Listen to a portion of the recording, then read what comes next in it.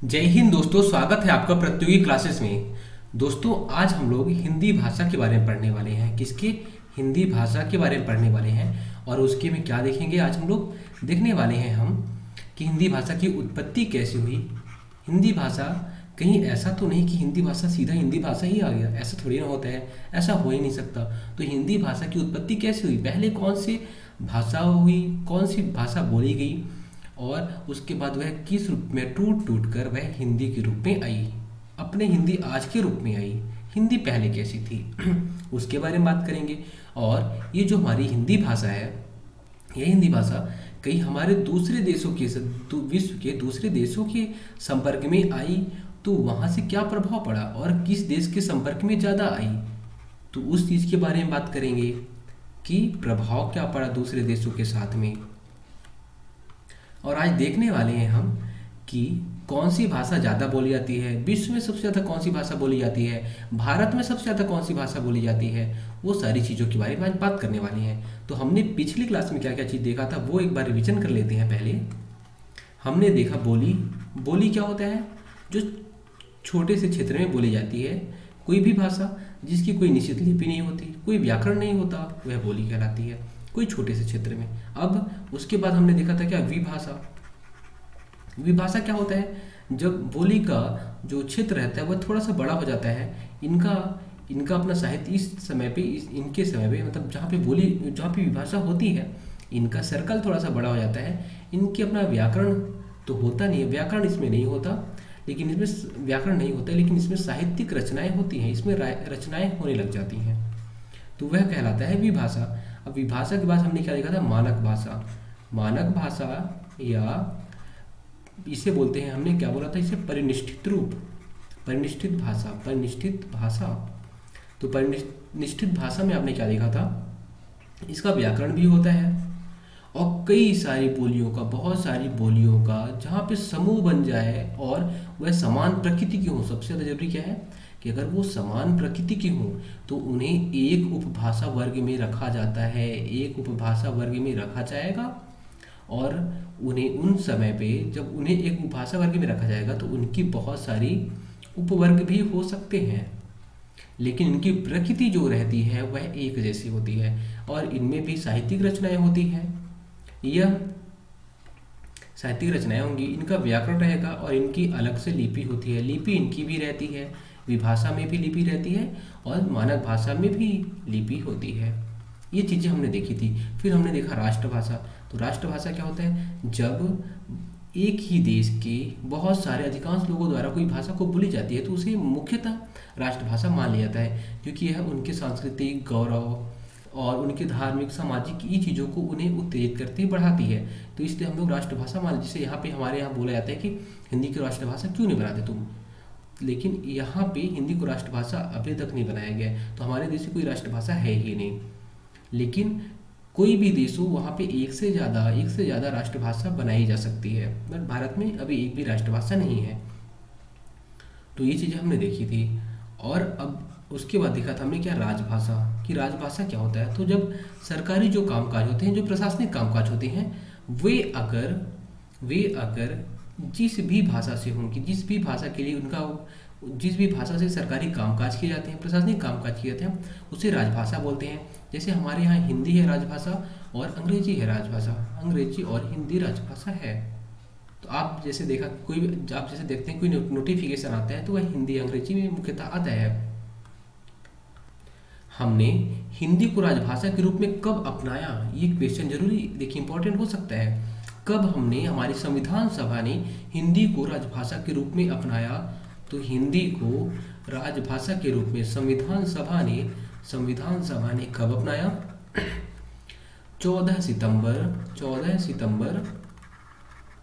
1949 को हमारी संविधान सभा ने हिंदी को राजभाषा के रूप में अपनाया। यह इंपॉर्टेंट क्वेश्चन है। अब हम लोग अगले स्लाइड में चलते हैं और वहाँ पे ये देखते हैं कि विश्व में कुल कितनी भाषा परिवार हैं, कुल कितनी भाषाएं बोली जाती हैं, सबसे ज़्यादा कौन सी भाषा बोली जाती है, और हमारी हिंदी कौन से नंबर पे है जो ज़्यादा बोली जाती है। ये सारी चीज़ों के बारे में हम बात करने वाले हैं।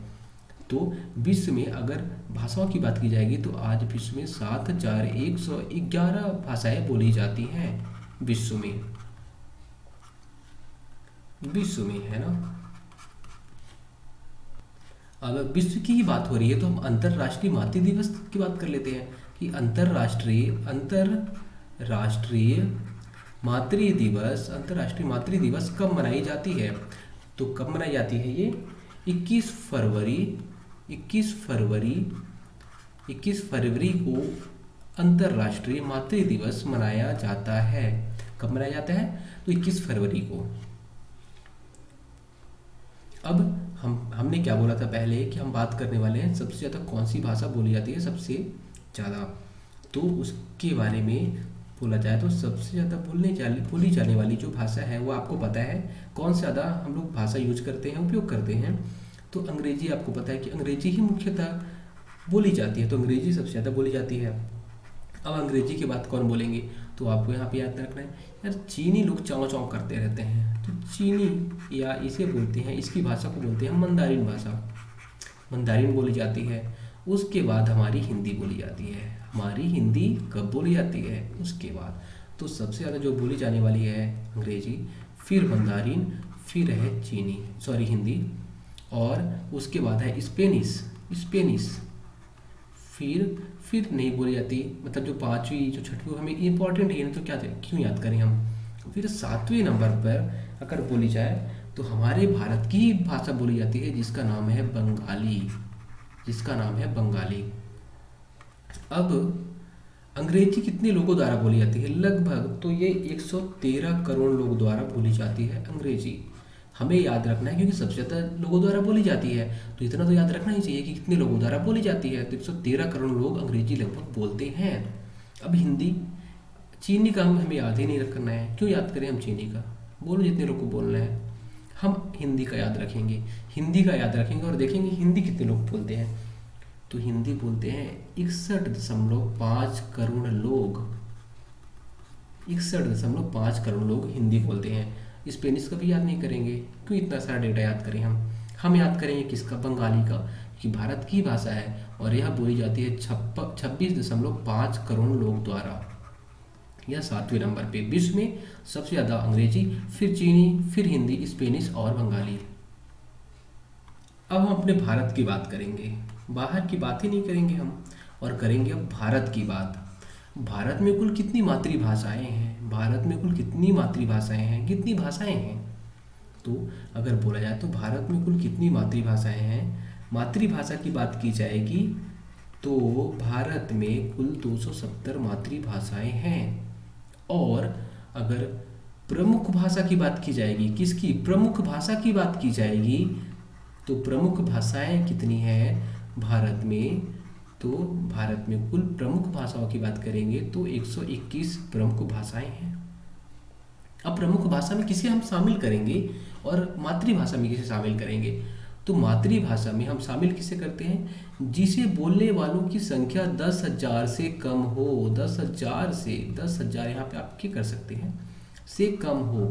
अब और जिसे 10,000 लोग से ज़्यादा लोग बोले, 10,000 से ज़्यादा लोग बोले तो वह प्रमुख भाषाएं हो गई। अब प्रमुख भाषाएं में भी इसकी दो कैटेगरी बनती है, कौन सी, एक होती है अनुसूचित भाषा और एक होती है गैर अनुसूचित भाषा। अनुसूचित भाषा और गैर अनुसूचित भाषा। अब गैर अनुसूचित और अनुसूचित क्या होती है, तो अनुसूचित भाषा उसे बोलते हैं जिसे संविधान द्वारा जो उसकी अनुसूची 8 है, अनुसूची 8 उसे शामिल किया गया है। संविधान की अनुसूची 8 में जिन भाषाओं को शामिल किया गया है वे अनुसूचित भाषाएं हो जाएंगी, और जिन्हें शामिल नहीं किया गया है, जो बेचारे हैं, उन्हें बोलेंगे हम गैर अनुसूचित भाषाएं। तो अनुसूचित भाषाएं कुल कितनी है, 22 जिन्हें शामिल किया गया है, और गैर अनुसूचित भाषाएं कुल कितनी हैं, 99 हो जाएंगी ना। देखिए प्रमुख भाषाओं में 121 भाषाएं ऐसी हैं जो 10,000 लोगों द्वारा बोली जाती हैं, 10,000 लोगों से अधिक लोग बोलते हैं इसे। अब अनुसूचित किसे बोलेंगे, जो संविधान की 8वीं अनुसूची में शामिल हैं जो भाषाएं, और जो शामिल नहीं है उन्हें बोलेंगे हम गैर अनुसूचित। इतना आपको क्लियर हो गया होगा। यहाँ पे मातृभाषाओं का संदर्भ क्या है कि जो भारत में उत्पन्न होती हैं, जो भारत से निकली हैं। तो भारत से हिंदी भी निकली है, लेकिन यह प्रमुख, देखिए यहाँ पे कैटेगरी दो बांटा जरूर गया है कि 270 मातृभाषाएं हैं। तो 270 मातृभाषाओं में भी दो कैटेगरी बनी है, एक प्रमुख भाषाओं की, एक प्रमुख भाषाओं की, और एक कैटेगरी बनी है किसकी, जो गौड़ भाषाएं हैं। जो गौड़ भाषाएं हैं जो 10,000, या देखिए एक ये हो जाएगा और एक गौड़ भाषाएं होंगी, गौड़ भाषाएं, गौड़ भाषा जिसे 10,000 से कम लोग बोल पाते हैं। तो मातृभाषा दो प्रकार की है, मातृभाषा दो है, कौन सी, एक प्रमुख भाषा जिसे प्रमुख भाषा जो कि 121 है, और एक गौड़ भाषा जो कि कितनी हो जाएगी 270। देखिए 270 है, तो जो दूसरी भाषा होगी वह 270 लोग बोलेंगे और प्रमुख भाषा 100। अब हम लोग आगे चलते हैं, देखते हैं मातृभाषा के आधार पर बोली जाने वाली, मतलब भारत में सबसे ज़्यादा कौन सी भाषा बोली जाती है। तो मातृभाषा के आधार पर भारत में बोली जाने वाली सबसे ज़्यादा अनुसूचित भाषा देखेंगे, अनुसूचित भाषा, और सबसे ज़्यादा गैर अनुसूचित भाषा जो कि शामिल ही नहीं है अनुसूची में। तो मातृभाषा के आधार पर बोली जाने वाली भाषा, तो सबसे ज़्यादा कौन सी भाषा बोली जाती है, वह बोली जाती है हिंदी। पूरे भारत में सबसे ज़्यादा बोली जाती है हिंदी। कितने प्रतिशत लोग बोलते हैं, तो 43.63% लोग बोलते हैं हिंदी। फिर दूसरे नंबर पे कौन बोलेंगे, बंगाली बोलेंगे। बंगाली कितने प्रतिशत लोग बोलते हैं, तो 8.03% लोग भारत में बंगाली बोलते हैं। अब जो हिंदी की उप वर्ग है, हिंदी के जैसे ही इसी के उप वर्ग में शामिल किया था, जैसे गुजराती हो गया, ये अगर हम इन्हें भी मान लें कि ये भी बोलने वाले हैं, तो कुल मिला के तो 57% लोग तो हिंदी ही बोलते हैं पूरे भारत में। अगर सबको शामिल करेंगे जो इसके उपवर्ग भी हैं, जैसे सौर सेनी हो गई, मथुरा वाली हो गई, है ना, ब्रजभाषा हो गई, ये सारी हिंदी के उपवर्ग में आते हैं। अगर इन्हें भी मान लेंगे तो 57% लोग बोलते हैं हिंदी, और बंगाली 8.03% लोग। अब ये अनुसूचित भाषा की बात हो रही थी। अनुसूचित भाषा, अनुसूचित मतलब जो शामिल है अनुच्छेद अनुसूची 8 में, अनुसूची 8 में। अब जो शामिल नहीं है, गैर अनुसूचित की बात की जाए, गैर अनुसूची की बात की जाएगी, जो कि 8 में शामिल नहीं है। किसमें, अनुसूची 8 में। हम लोग अभी संविधान पढ़ेंगे तो उसमें सारी चीज़ क्लियर हो जाएगी अनुसूची 8 में क्या बोलता है। तो जो शामिल नहीं है उसमें सबसे ज़्यादा कौन सी बोली जाती है, तो वह बोली जाती है कौन सी, भीली। क्या, भीली। और दूसरे नंबर पे बोली जाती है वह गोंडी। देखिए ये दोनों जनजातियां भी हैं, भीली भी जनजाति है, गोंडी भी जनजातियां हैं। तो भीली जनजाति बोली जाती है, सबसे ज़्यादा बोलती है। गैर अनुसूचित ना, गैर अनुसूचित जो अनुसूची 8 में नहीं है। गैर अनुसूची मतलब क्या, जो अनुसूची 8 में भाषाएं हैं। अनुसूची 8 में कितनी भाषाएं हैं, 22 भाषाएं हैं, और जो उसमें से नहीं आती वो गैर अनुसूची में आती है। और भीली लोग कितने प्रतिशत लोग बोलते हैं, भीली लोग कितने प्रतिशत लोग हैं और कितनी जनसंख्या है, तो भीली जो बोलने वाली जनसंख्या है वह है 1.04 करोड़। सोचिए 1 करोड़ लोग भीली बोलते हैं, फिर भी इसे अनुसूची 8 में नहीं शामिल किया गया है। और ऐसे गोंडी की बात करेंगे तो इसमें 30 लाख लोग लगभग बोलते हैं, फिर भी इसे हम लोग गैर अनुसूची में रखे हैं, ना कि अनुसूची 8 में, या ना तो अनुसूचित भाषा में। क्यों नहीं रखे हैं, क्योंकि इनकी कोई लिपि नहीं है, कोई व्याकरण नहीं है, तो इस वजह से इन्हें हम शामिल नहीं करते हैं। और यह जनजातियों की बोली है, इसे शामिल किया जाना चाहिए। इसे देखिए, ये सारी चीज़ों के बारे में बार बार आंदोलन होते रहते हैं कि हमें अनुसूची 8 में शामिल करिए, लेकिन इन्हें शामिल नहीं किया गया। अभी भले इनके वक्ता ज़्यादा हैं, बट शामिल अभी नहीं किया गया है। हो सकता है धीरे धीरे फिर कोई अमेंडमेंट हो और उसके बाद फिर इन्हें शामिल कर लिया जाए, क्योंकि ज़्यादा लोग बोल रहे हैं तो शामिल करना चाहिए, लेकिन अभी हुए नहीं है।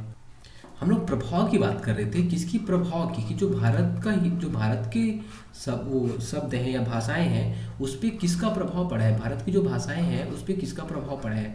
तो प्रभाव की अगर बात करें एक उदाहरण से, हम लोग संस्कृत में क्या बोलते थे, मम्मी को मातृ बोलते थे ना, मातृ। और आप देखें ग्रीक भाषा था, तो ग्रीक में क्या बोलते हैं, अंग्रेजी में क्या बोलते हैं, अंग्रेजी में तो आपको पता ही है क्या बोलते हैं, और जर्मन में क्या बोलते हैं। तो आप देखेंगे समानता रहती है, शब्दों में बहुत समानता पाई जाती है। आप अगर हम संस्कृत में बोलते हैं इसे मातृ, संस्कृत में मातृ बोलते हैं, ग्रीक में बोलते हैं हम लोग मैतेर, मैतेर, और अंग्रेजी में बोलते हैं मदर, और हम जर्मन में बोलते हैं इसे मत्तर। तो देखिए बिगड़ा हुआ रूप रहता है, यह कहीं चाहे संस्कृत से अंग्रेजी इसमें गया हो, ग्रीक में गया हो, फिर यह फैला हो अंग्रेजी में, फिर यह जर्मन में। तो ये देखिए एक शब्द, देखिए जब एक दूसरे के संपर्क में आते हैं, चीज़ें बोलते हैं। अगर देखिए अगर मैंने बोला आपको क्या कॉन्फिडेंस, तो आप अगर आप सही से उच्चारण नहीं कर पाए तो आप क्या बोलेंगे, आप कहीं गए और बोले कि कॉन्फिडेंस, क्या कॉन्फिडेंस, कॉन्फिडेंस। अब सामने वाला कॉन्फिडेंस सोच रहा है, अब आगे गया वो और भी कई जगह, तो उसने क्या बोला कॉन्फिडेंस, काफी, कॉन्फिडेन, कॉन्फिडेन है ना। तो देखिए एक यहाँ पे कॉन्फिडेंस से निकला था, आगे गया कॉन्फिडेंस बना, फिर कॉन्फिडेन बन गया। अब मान लीजिए यह कोई देश वाला होगा, ये कोई देश, मान लीजिए चीन हो गया, तो अब चीन तो कॉन्फिडेंट बोलेगा। अब ये पाकिस्तान हो गया, पाकिस्तान वालों को ऐसे भी कुछ आता नहीं है, तो पाकिस्तान क्या बोलेगा, ये तो कॉन्फिडेंस बोल रहा है, कॉन्फिडेंस। अब भारत, तो भारत बेचारे ने तो इस शब्द की खोज ही की थी, कॉन्फिडेंस की, क्या कॉन्फिडेंस की, कॉन्फिडेंस की खोज इसने की थी, बोला इसने। अब यहाँ पे बेचारे लोग को बोलने नहीं आया, इन्होंने बोल दिया गया कॉन्फिडेंस, और एक ने बोल दिया कॉन्फिडेंट। तो वैसे ही इस रूप में मातृ के रूप में आया था, ग्रीक ने मैतिर कर दिया, अंग्रेजी में मदर हो गया, और जर्मन ने मतर कर दिया। तो वैसे ही शब्दों के रूप जिस जिस शब्दों जिन जिन देशों के प्रभाव में आए, तो कुछ भारत का यूरोप के पर प्रभाव पड़ा, यूरोप का जो शब्द थे वो भारत पर आए, वैसे ही कुछ चीन के शब्द भारत पे आए, और भारत के शब्द जो थे वो चीन पे गए। वैसे ही जो भाषा परिवार थे उन पे किसका किसका प्रभाव पड़ा वह देखते हैं। तो अगर बोले कि जो प्रमुख भाषाएं थी, प्रमुख भाषाओं की यहाँ पे बात की जा रही है, जो गौड़ भाषाएं थी उनकी बात नहीं की जा रही। प्रमुख भाषाएं कुल कितनी थी, हमने देखा था 121 भाषाएं, और 121 जो भाषाएं थी, 121 जो भाषाएं थी उनमें प्रमुख भाषा परिवार जिसका प्रभाव पड़ा है, जिसका प्रभाव पड़ा था, तो इनमें 5 भाषा परिवारों का बहुत ज़्यादा प्रभाव पड़ा। किसका, 5 भाषा परिवारों का सबसे ज़्यादा प्रभाव पड़ा। अब भाषा परिवार कैसे, अब देखिए ऐसे अंग्रेज लोग का कुछ अलग बोल रहे थे, ऐसे ग्रीक लोग संपर्क में आए तो इन्होंने अलग बोला, इन्होंने अलग बोला, इन्होंने अलग बोला। तो जो प्रमुख 5 भाषा परिवार थे जिनका सबसे ज़्यादा भारत पर प्रभाव पड़ा, तो सबसे ज़्यादा किसका प्रभाव पड़ा अगर बोला जाए तो भारोपीय भाषा परिवार। किसका, देखिए अगर हम एक यहाँ पे मैप चार्ट बनाते हैं और चार्ट में देखते हैं तो सबसे ज़्यादा प्रभाव पड़ता है किसका, भारोपीय भाषा परिवार का, भारोपीय भाषा परिवार का, भारोपीय भाषा परिवार का सबसे ज़्यादा हमारे भारत में प्रभाव पड़ता है। तो कुल कितना ज़्यादा, 45%, 45% जो शब्द हैं, जो भाषाएं हैं वह भारोपीय भाषा परिवार से संबंधित है। जो 121 भाषाएं हैं इनमें से 45% भाषाएं भारोपीय। अब भारोपीय क्या होता है, भारत और यूरोप, ये जो शब्द रहेंगे ये भारत और यूरोप दोनों जगह से जन्मे रहेंगे। कुछ भारत से जन्मे रहेंगे, कुछ यूरोप से जन्मे रहेंगे, और इनसे मिल के बन जाएगा भारोपीय भाषा परिवार। और इसमें भी अगर आप बोलेंगे तो इसमें जैसे भारोपीय भाषा परिवार में कुछ कुछ शामिल कर लिए जाते हैं, जैसे भारतीय आर्य परिवार, भारतीय आर्य इसी के अंग है भारोपीय भाषा परिवार के ना, भारतीय आर्य परिवार, आर्य परिवार। फिर वैसे ही ईरानी भाषा परिवार, ईरानी भाषा परिवार ये इसके अंग है ना, क्योंकि ईरान भी, देखिए यहाँ पे जो भारत और यूरोप की बात की जा रही है तो यहाँ पे एक तरह से एशिया की बात हो रही है ना, भारत या एशिया बोल सकते हैं यहाँ पे, एशिया और यूरोप। और ये पहले की बात हो रही है, अभी की बात नहीं हो रही है, पहले की बात हो रही है। ईरानी और जर्मेनिक, ये देखिए जर्मेनिक, तो मुख्यतः अगर बात की जाएगी तो यही जर्मेनिक, भारतीय आर्य परिवार, ईरानी और जर्मेनिक, ये भारोपीय परिवार का मुख्यतः इस पर प्रभाव पड़ा है। उसके बाद अगर पहला तो भारोपीय भाषा परिवार का सबसे ज़्यादा भारतीयों पर प्रभाव पड़ा है, भारतीय भाषाओं पर प्रभाव पड़ा है। दूसरा नंबर बोला जाए तो द्रविड़ भाषा परिवार का प्रभाव पड़ा है। किसका, द्रविड़ भाषा परिवार का प्रभाव पड़ा।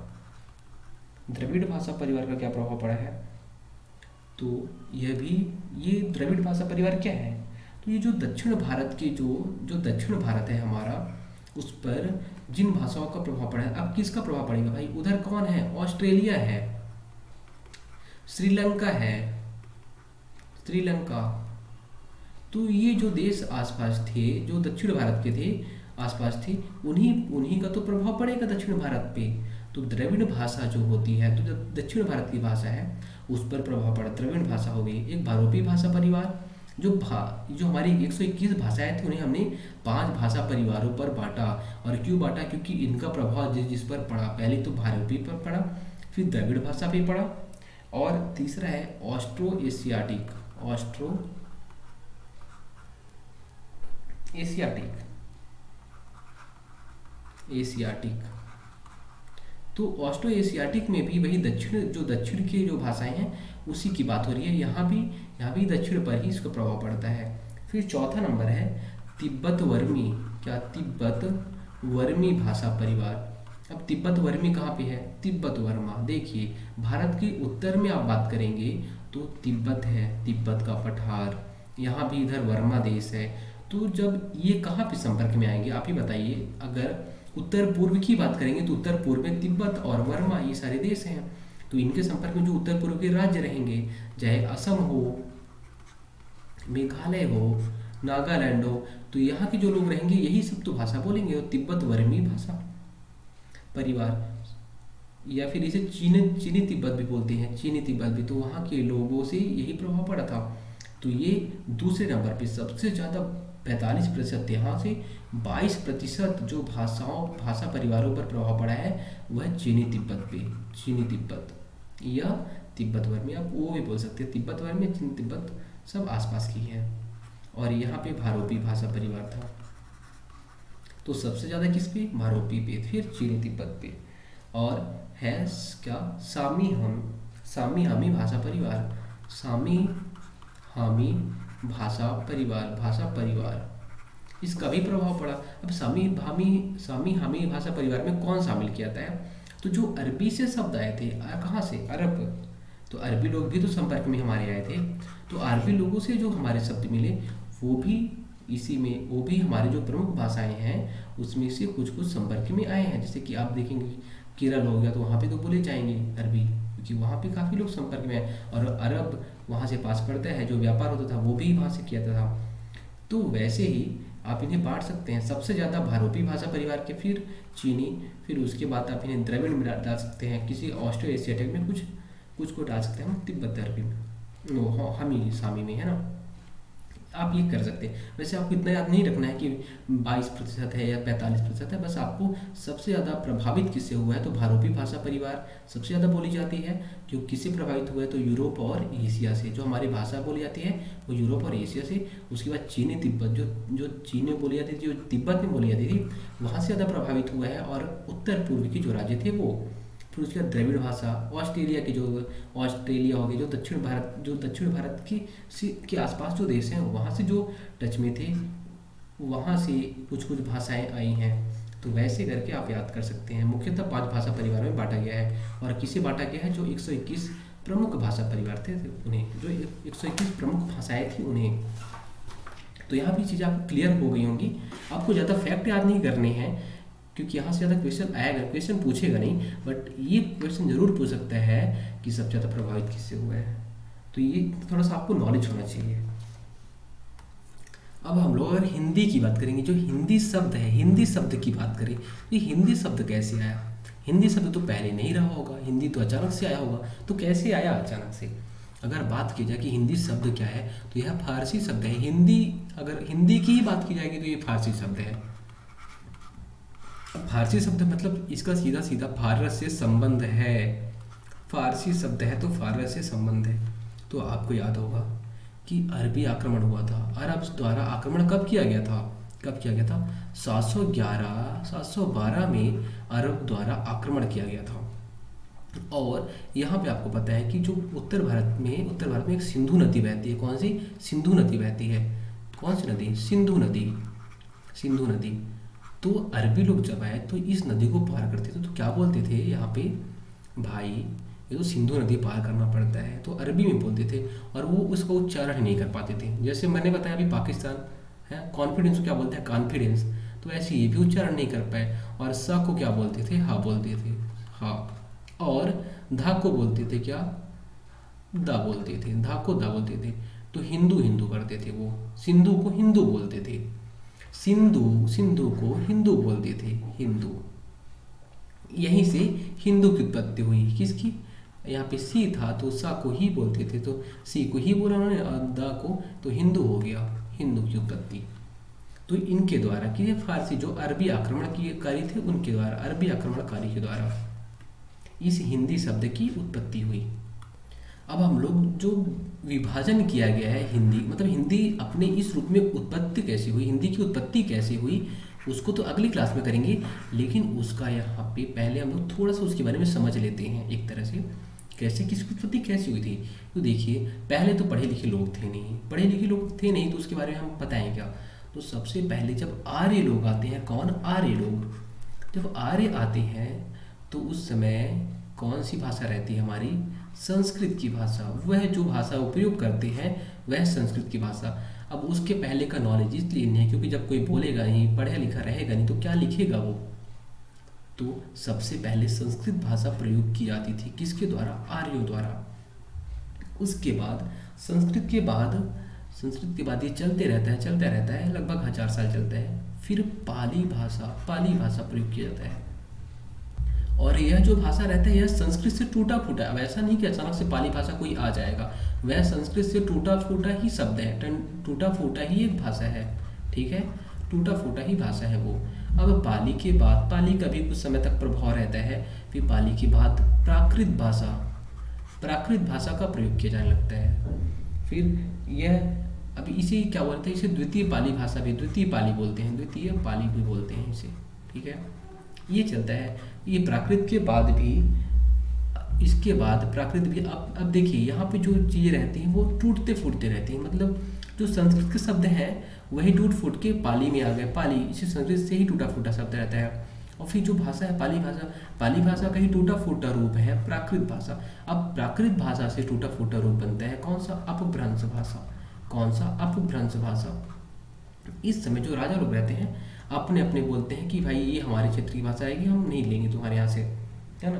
तो जो छोटे शासक रहते हैं उनके बीच में दरार रहती है। तो कोई मान लीजिए सौरसेन का कोई शासक है तो सौरसेन बोलेगा कि सौरसेनी अपभ्रंश हो गया। कोई मथुरा का शासक है तो बोलेगा नहीं भाई हम अपनी भाषा को रखेंगे, अपनी भाषा को महत्व देंगे, तो मथुरा के हो गए।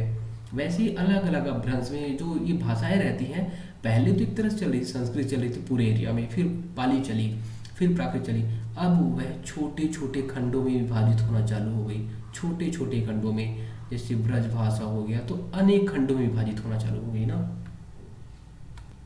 अनेक खंडों में विभाजित होने के बाद यह हिंदी के रूप में आई, लेकिन फिर इसे हम लोग हिंदी बोलने लगे कि हाँ ये हिंदी ही परिवार की है। लेकिन जो पहले हिंदी बोली जाती तो उसे हम लोग क्या बोलते हैं, आदि हिंदी। आदि हिंदी मतलब जो पहले, अब हिंदी को हमने बांटा वहाँ पे, फिर क्या बोला, जो अरब लोगों के समय पे यूज की जाती थी उसे बोला हमने क्या, मध्यकालीन हिंदी, मध्यकालीन हिंदी। फिर हमने हिंदी को ही बांटा, फिर क्या बोलते हैं हम लोग, आधुनिक हिंदी। क्या, आधुनिक हिंदी। तो 1100 से 1400 तक के आदि हिंदी, उसके बाद फिर 1400 से 1800 तक मध्यकालीन हिंदी, और 1800 के बाद जो हिंदी प्रयोग की जाती है, जो रचनाएं होती हैं हिंदी में, उसे हम लोग आधुनिक हिंदी बोलते हैं। तो इसकी सबके बारे में हम लोग अगली क्लास में और अच्छे से डीप में अध्ययन करेंगे। दोस्तों मिलते हैं अगले वीडियो में, बाय, टेक केयर।